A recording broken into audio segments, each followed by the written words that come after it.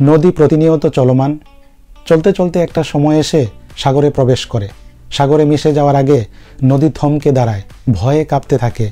সে তখন পিছন ফিরে তাকায়, কত শত পথ সে পার করে এসেছে। সেই পাহাড় চূড়া থেকে উৎপন্ন হয়ে কত বন জঙ্গল, গ্রামের আঁকাবাঁকা পথ সে পাড়ি দিয়ে এসেছে, কত ইতিহাস ঐতিহ্য সে রচনা করেছে।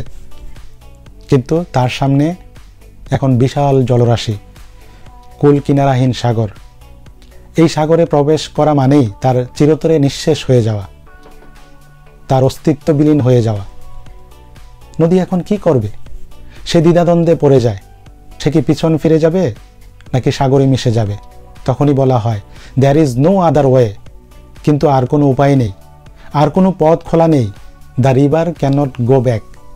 নদী ফিরে যেতে পারে না। শুধু নদী কেন, কেউ ফিরে যেতে পারে না। Nobody can go back.